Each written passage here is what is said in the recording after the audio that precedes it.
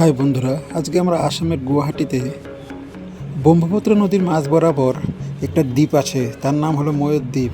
সেই ময়ূরদ্বীপে আমরা আজকে প্রবেশ করবো উমানন্দ মন্দির দর্শন করতে। তাহলে চলো, তোমরা স্কিপ না করে পুরো ভিডিও দেখতে থাকো। আমরা এখন প্রপারলি গুয়াহাটিতে ঢুকে গেছি আসামের। দেখো গুয়াহাটির শহরটা কত সুন্দর। আমরা এখন এখানে একটি ব্রহ্মপুত্র নদীর মাঝখানে একটি মন্দির আছে, সেই মন্দিরে যাওয়ার জন্য আমরা টিকিট কাটবো। দেখা যাক কীরকম দাম টিকিটের। যদি কমের মধ্যে হয় তাহলে আমরা আমাদের এই ভিডিওটা দেখাবো, তোমরা স্কিপ না করে পুরো ভিডিও দেখতে থাকো। ব্রহ্মপুত্র নদীর মাঝখানে উমানন্দ মন্দিরে প্রবেশ করব। দেখো এই ভরপুরি নৌকা, সেই নৌকার টিকিট নিল যেতে আসতে 200 টাকা, এবং কিভাবে যাচ্ছি কিভাবে আসছি এই ভিডিওর মাধ্যমে সেটাই তোমাদের দেখাবো। আমরা এখন আছি আসামের ব্রহ্মপুত্র নদীর মাঝখানে। দেখো এই বোটে করে আমরা যাচ্ছি 200 টাকা করে। আমরা এখন চলে যাচ্ছি উমানন্দ টেম্পেলে। এই উমানন্দ টেম্পেলটি তৈরি হয়েছিল 1694 খ্রিস্টাব্দে। তৈরি করেছিল আহোম রাজা গদাধর সিংহ। এই দ্বীপটিকে ময়ূরদ্বীপ নামেও পরিচিত। দেখো এই দ্বীপটি কত সুন্দর লাগছে, এবং তার উপর দিয়ে এ পাশ থেকে নদীর ওপাশে যাওয়ার জন্য রূপওয়ে তৈরি করা হয়েছে, এবং এর ভিউটা কত সুন্দর লাগছে তোমরা কমেন্টে জানাবে। যারা যারা কামরূপ কামাখ্যা মায়ের মন্দিরে এসছে, আমরা শুনেছি যে এই উমানন্দ টেম্পেলে না আসলে অসম্পন্ন হয়ে যায় আসাম ভ্রমণ করা। তাই তোমাদেরও বলছি, যারা যারা কামরূপ কামাখ্যা মায়ের মন্দিরে আসবে তারা এই উমানন্দ টেম্পেলেও আসবে। আসামের গুয়াহাটি সেই ব্রহ্মপুত্র নদীর মাঝখানে যে মন্দিরটা আছে উমানন্দ, সেই মন্দিরে আমরা পৌঁছে গেছি। দেখো ওই দ্বীপ দেখা যাচ্ছে, ওই দ্বীপের মধ্যেই আছে সেই উমানন্দ মন্দির। সেখানে গিয়ে তোমাদের পুরো ভিডিও দেখাচ্ছি, এবং কিভাবে আসবেন তার পুরো ডিটেলসও এই ভিডিওর মাধ্যমে তোমরা পেয়ে যাবে। আমরা এখন সেই দ্বীপের কাছে পৌঁছে গেছি। দেখো আমরা নেমে তোমাদের পুরোটা দেখাবো।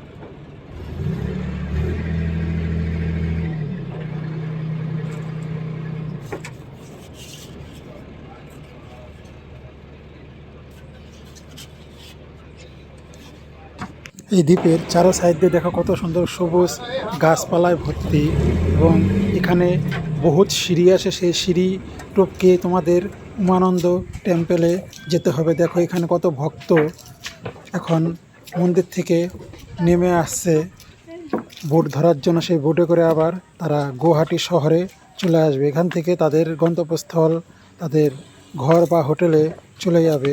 তোমরাও আসলে আসতে পারো। এবং অপরূপ সুন্দর মায়াবী এই দ্বীপ। দেখো গণেশজি এবং কত মূর্তি রয়েছে।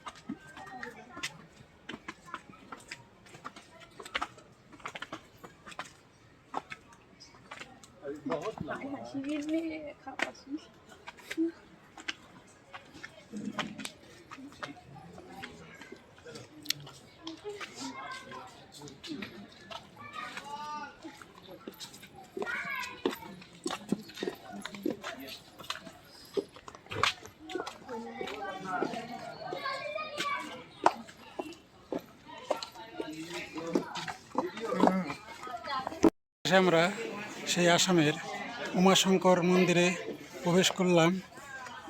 দেখো পুরো ভিউটা তোমাদের দেখাচ্ছি, তোমরা দেখতে থাকো।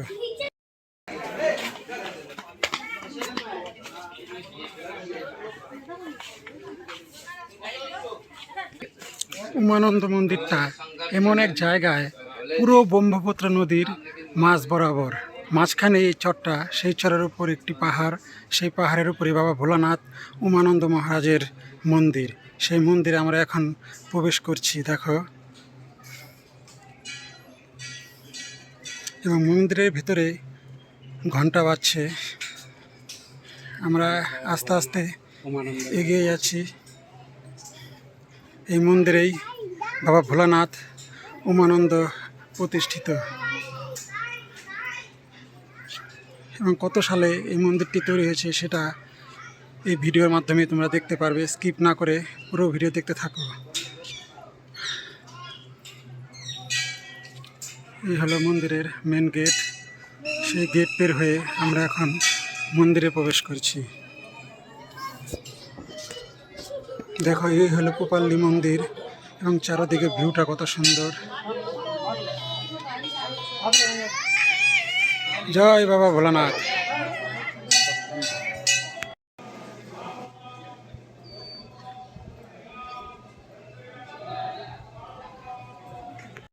আসামের বাবা বৈদ্যনাথ ধামে আছি। দেখো, এটি হলো কোপাল্লী, গুয়াহাটির মাঝখানে পড়ে। এটি হলো ব্রহ্মপুত্র নদীর মাঝখানে এই চর। সেই চরের মধ্যেই বাবা ভোলানাথের মন্দির। এই মন্দিরের সাইডটা কত সুন্দর লাগছে দেখো। তোমাদের দেখাচ্ছি পুরোটা ঘুরিয়ে, এবং এভাবে এখানে কিভাবে আসবে সেটাও এই ভিডিওর মাধ্যমে তোমরা দেখতে পারবে। বৈদ্যনাথ ধামে ঢুকেই আমরা প্রথম মন্দিরটি পেয়ে গেছি, গণেশের মন্দির। এবং এখানে আছে মহাপ্রভু বৈদ্যনাথ ধাম, এবং তারপরে এটি হলো মন মন্দির। এবং এখানে মন্দিরের ছড়াছড়ি, প্রচুর মন্দির আছে। কামরূপ কামাখ্যা মানে মন্দিরের দেশ। তোমরা দেখো আমার এই ভিডিওর মাধ্যমে, এবং ভালো লাগলে আপনারা লাইক শেয়ার করবেন। এবং দেখো, ব্রহ্মপুত্র নদী, তার মাঝখানে আমরা এখন আছি। এক নতুন মন্দির। এখানে যারা মানব করে তারা এখানে মানব করে অনেক কিছু বাধা হয়, এবং এখানে দীপ জ্বালানো হয় এবং ধূপ জ্বালানো হয়। দেখো, অনেক মা বোনরা জ্বালাচ্ছে।